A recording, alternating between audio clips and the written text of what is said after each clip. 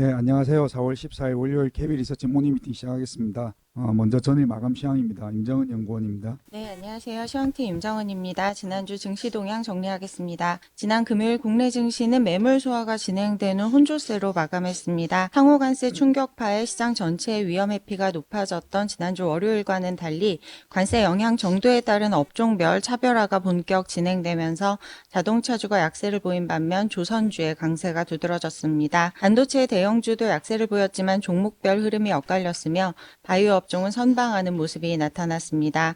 지난주는 관세 정책의 흐름이 연동되면서 코스피가 1% 넘게 하락했고 코스닥은 1%대 상승세를 기록했습니다. 주중 양시장이 각각 7% 넘게 급락하는 등 극심한 변동성 장세가 진행됐습니다. 다음 해외 증시입니다. 미국 증시는 미중 무역 갈등 완화 기대감에 일제히 상승했습니다. 빅테크와 반도체주 강세에 나스닥과 반도체 지수가 2%대 강세를 보였습니다. 중국은 12일부터 미국산 수입품 관세율을 84%에서 125%로 상향 조정한다고 발표했습니다. 미국의 145% 대중 관세에 대한 대응 조치였습니다. 다만 중국은 추가 관세 인상 가능성에는 선을 그었고 중국과의 협상이 낙관적이라는 백악관의 발언도 강세 배경으로 작용했습니다.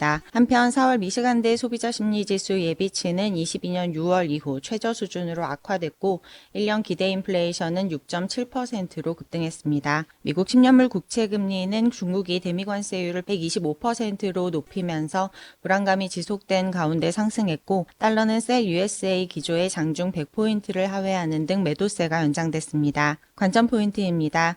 상호관세 유예, 미중 무역 갈등 일단락에 미증시가 안도했습니다. 극단적 상황을 피하려는 트럼프의 의지가 재확인된 것으로 해석됐습니다. 미정부가 상호관세 부과 대상에서 스마트폰과 컴퓨터 등 일부 품목을 제외했다는 소식도 긍정적입니다. 국내 증시도 상승 출발이 기대됩니다. 다만 이번 주도 관세 여진이 이어지면서 변동성 장세가 연장될 것으로 예상됩니다. 국내는 17일 금통위 통화정책 결정도 주목해야겠습니다. 이상입니다. 네, 오늘 첫 번째 발표 자료는 경제 관세에 관한 내용입니다. 권희진 연구원입니다. 네, 안녕하세요. 매크로틴 권희진입니다. 트럼프 행정부가 현지 시간으로 11일에 전자제품과 부품에 대한 상호관세 면제를 발표를 했습니다. 이게 반도체부터 컴퓨터, 스마트폰, 디스플레이 등등 광범위한 품목이 해당이 되고 중국에서부터 수입되는 항목들도 포함이 됐습니다. 그래서 미국이 수입하는 전자제품과 부품이 중국산일 경우에는 20% 펜타닐 관세율만 적용이 되게 됩니다.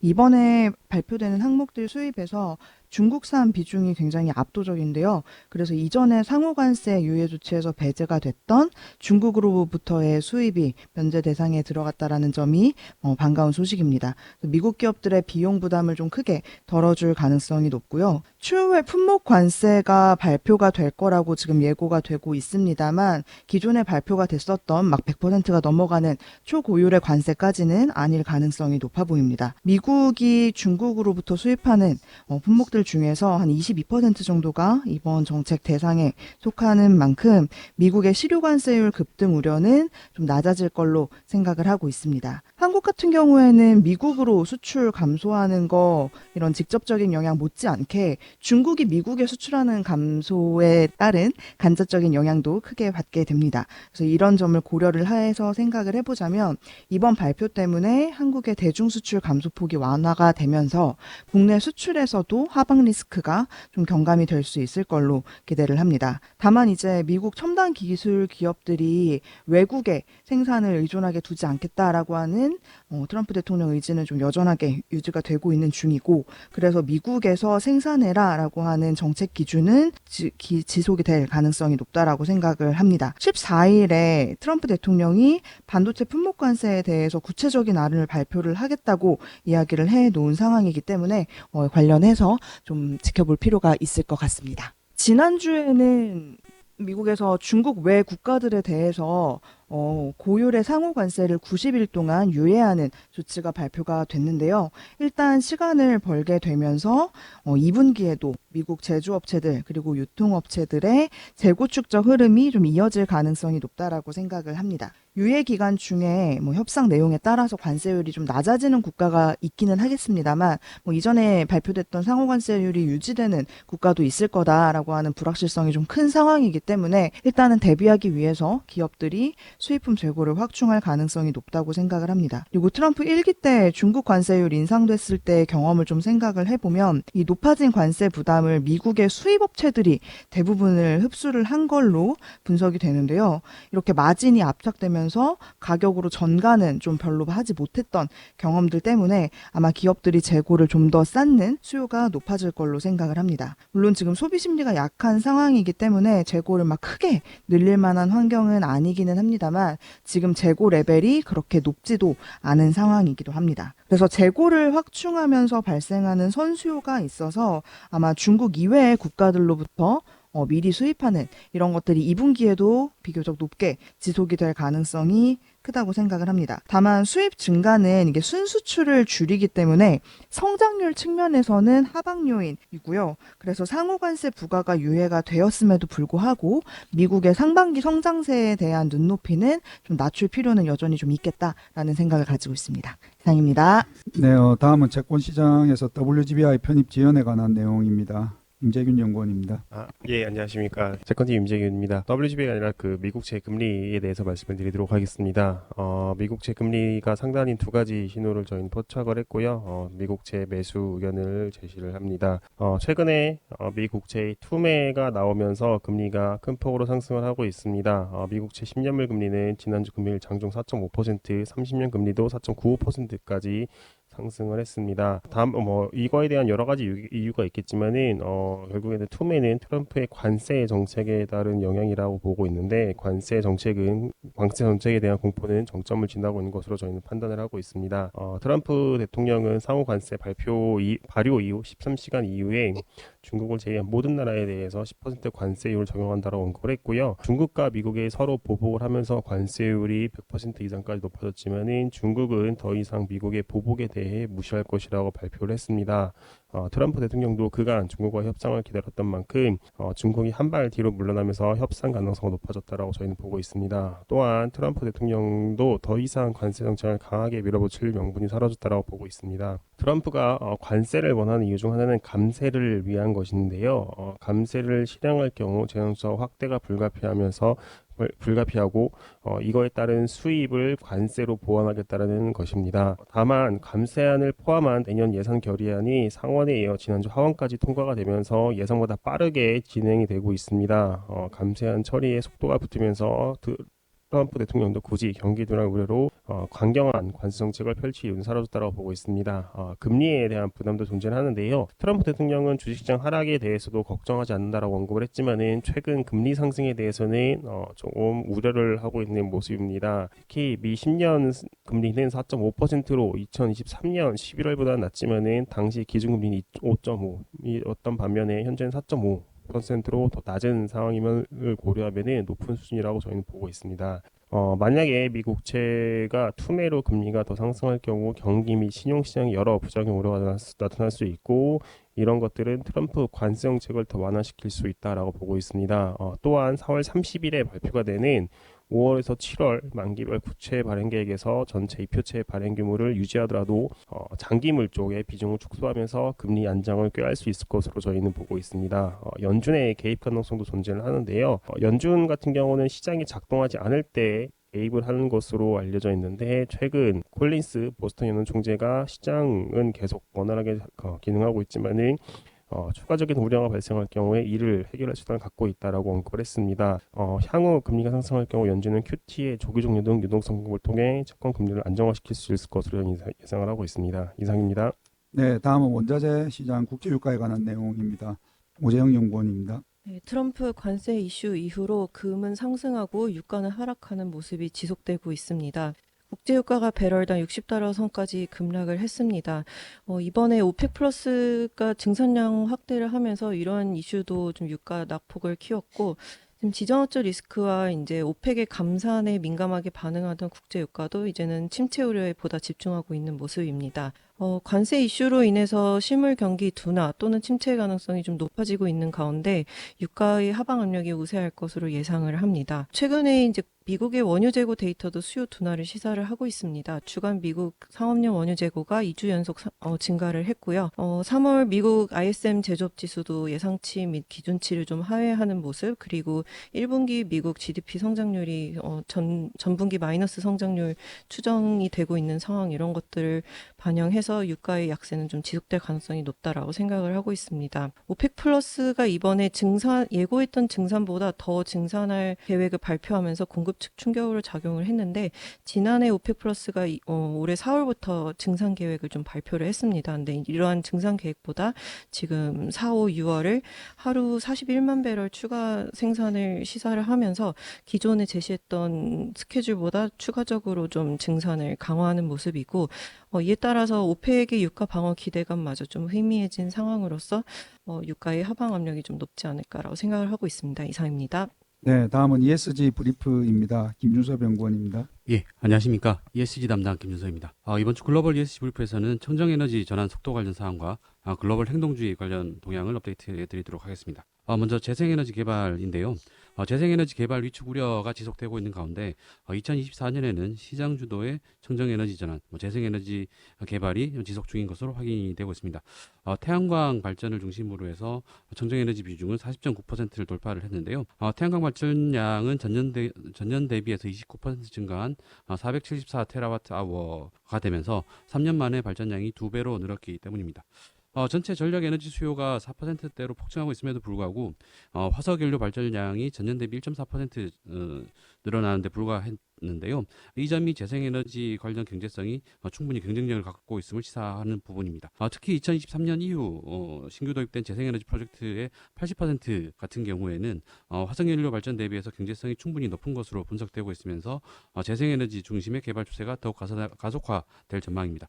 실제로 중국이나 미국 같은 경우에는 재생에너지 비중이 25% 이상으로 역대 최고치를 기록한 바 있습니다. 네, 다음은 행동주의 관련 업데이트해 드리도록 하겠습니다. 일단 미국부터 말씀드리고자 하는데요.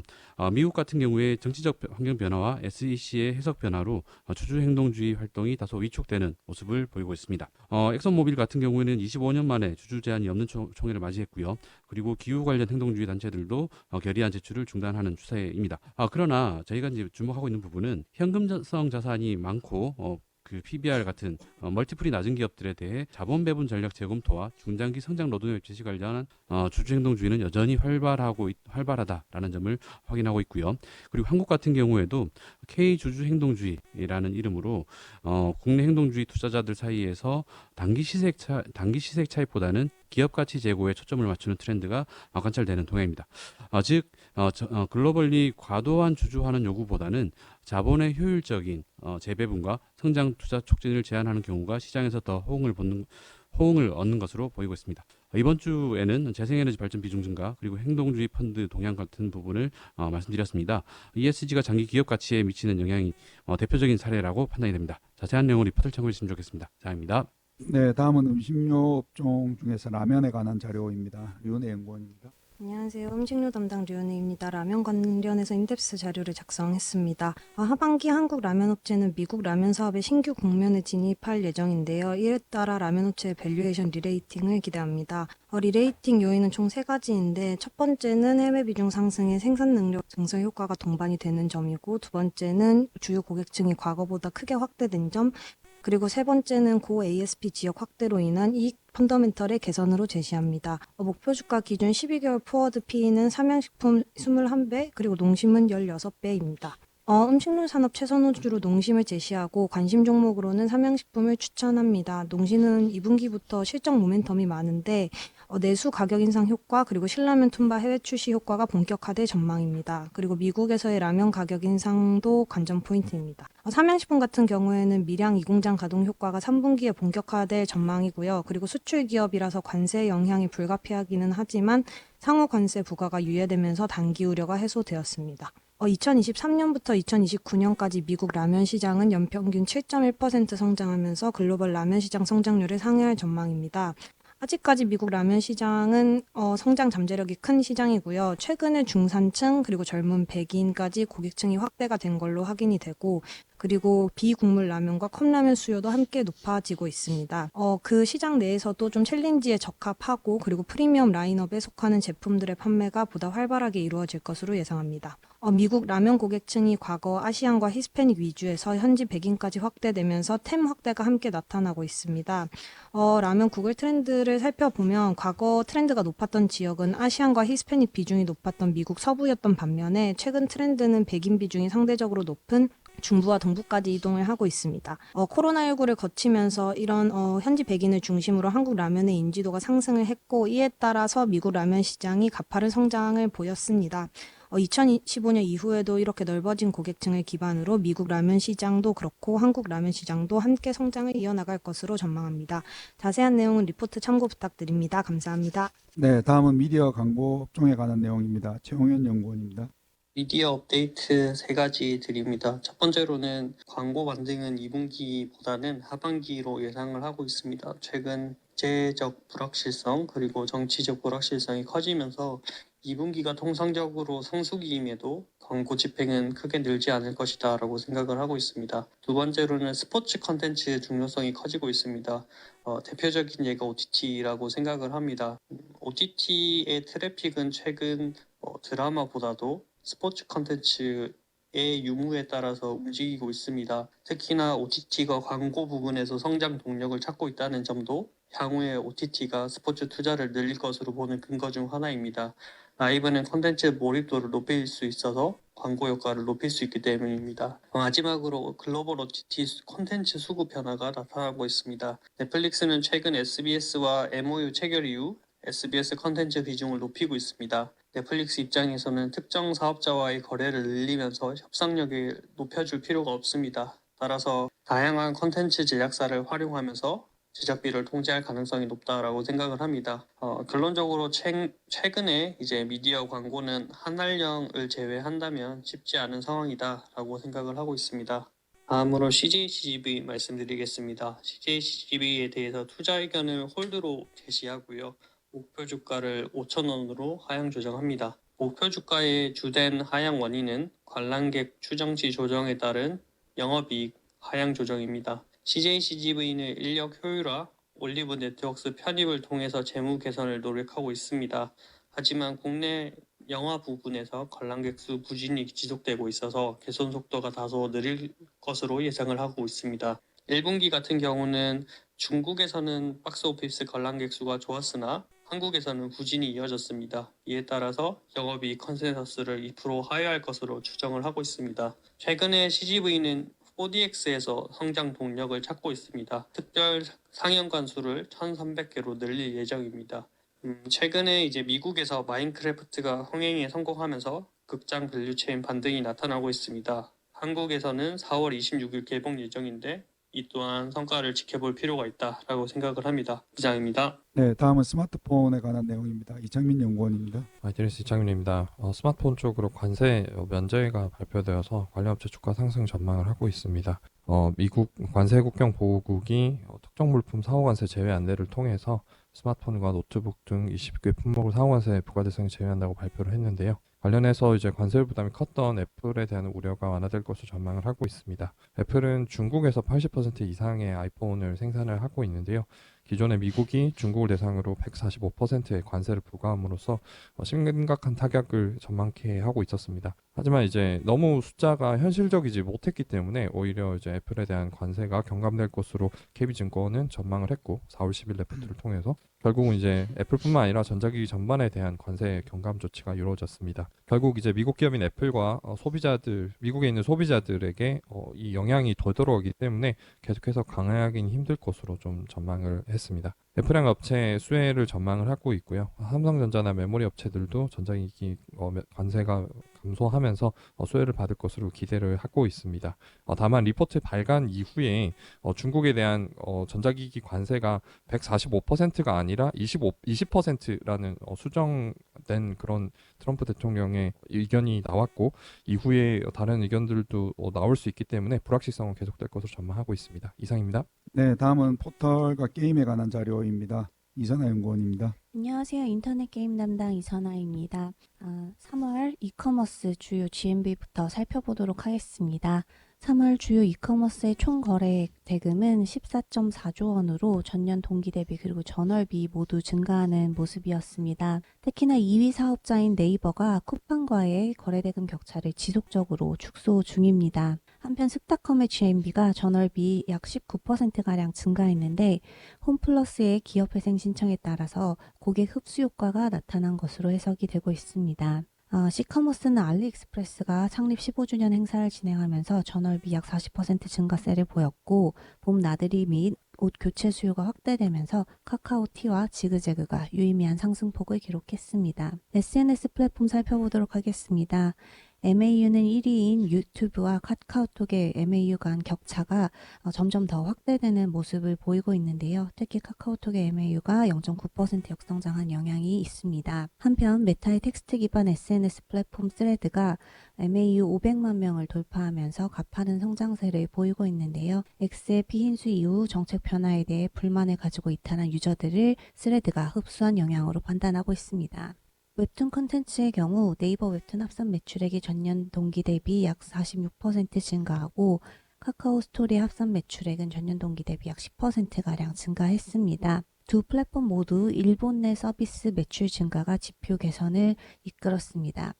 스트리밍 플랫폼은 학사 일정 재개 영향으로 치즈직과 순 모두 전월비 부진했는데 상대적으로 젊은 시청자 비중이 높은 치즈직의 하락폭이 숫보다 컸습니다. 게임 부문 말씀드리겠습니다. 3월 주요 게임 신작으로는 넷마블의 RF 온라인 넥스트, 넥슨의 마비노기 모바일 등이 있었는데요. RF 온라인 넥스트는 출시 6일 말에 애플 앱스토어와 구글 플레이 매출 1위를 달성했습니다. 기존작 주요 업데이트로는 화평 정형의 성장형 스킨 업데이트, 크래프톤 BGMI의 부가티 콜라보 업데이트 등이 있었습니다. PC 콘솔 신작으로는 인조이가 3월 28일 출시되면서 출시 40분 만에 스팀 글로벌 인기 게임 차트 1위에 오르고 최고 동접자 수 87,000명을 기록했습니다. 넥슨의 퍼스트 버서커 카자는 던전 앤 파이터 IP를 활용한 신작으로 메타크리틱 평론가 점수 80점을 기록했습니다. 보다 자세한 내용은 리포트 참고 부탁드립니다. 이상입니다.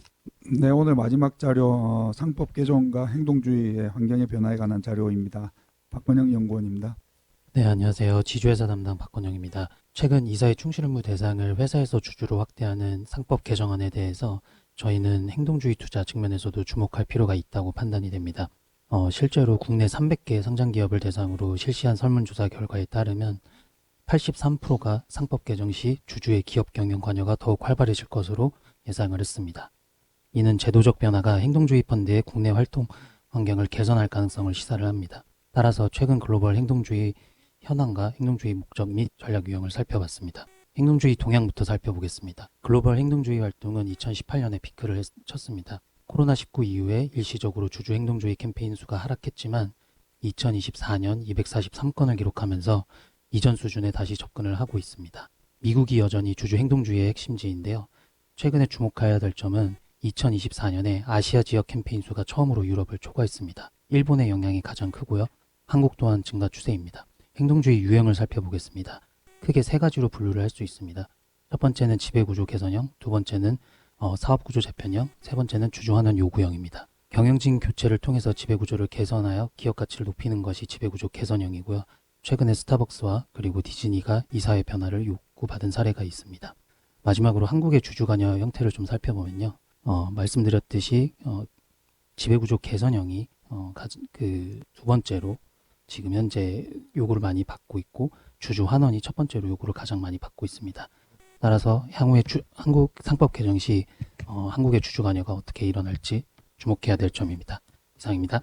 네, 이상으로 4월 14일 월요일 KB 리서치 모닝 미팅 마치도록 하겠습니다. 감사합니다.